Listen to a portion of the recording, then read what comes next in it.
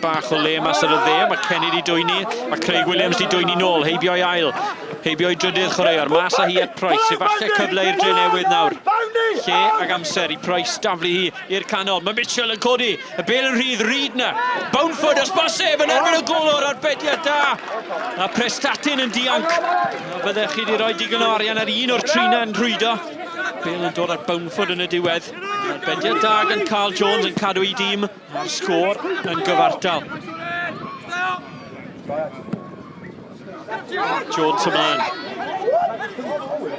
Kenny y brwydo, mae'r bel yn rhydd, mae Kenny i rwydo na! Mae Mills Evans yn ymddangos o rhywle. Spears a Dave Jones yn camddeall i gilydd, y cefnwr a'r golwr.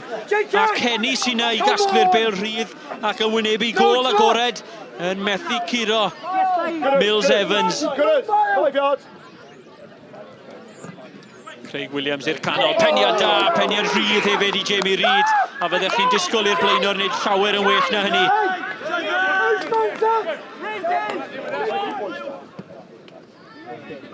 Kenny i groesi, neb na. Williams yn dod. Nawr Zayach Edwards heibio un. Noah Edwards i frawd yn casglu'r bel rhydd. Mae digon o grysau coch yn y canol. Zayach Edwards, cyfle i'r gydio. Arbediad da gan Jones. Mae yna ddau frawd, Zayach a Noah yn y canol. Cyd chwarae'n dda. Stevens at Kemp. Edwards. Symud cyfle mae clyfar gan Prestatyn. Zayach Edwards i'r bel nawr. Mas ar y dde.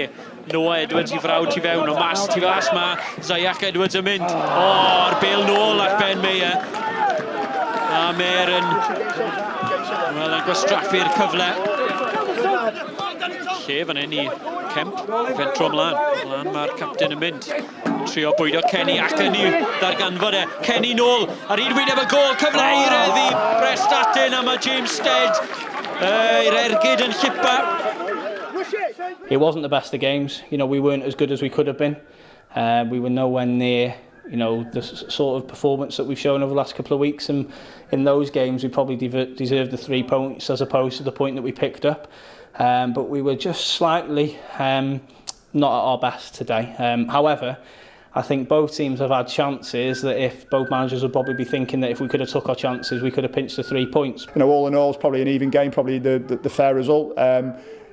You know, it was on the back of last week's performance. It was important that we didn't come and lose it like we did up at Barry. I think that was important. So we showed a bit of grit, bit of determination. You got to do that sometimes. And I was pleased with lots of our defensive game. I just thought offensively we were a little bit off it today. And finally, Chris Hughes, you usually share a dugout with him, or you used to. How was it to be up against him today? It was, you know, I've known Hughesy a long time, like you say, and he's been part of the group with us, so he knew us very, very well, you know, and maybe that played a part in us not being as creative in the final third because he was able to null the way that we set out to play. And I know Chris well. He's done a great job at Newtown in the time that he's been there. We knew we were in for a tough game today, but you know, it's never a nice face to look at, is it?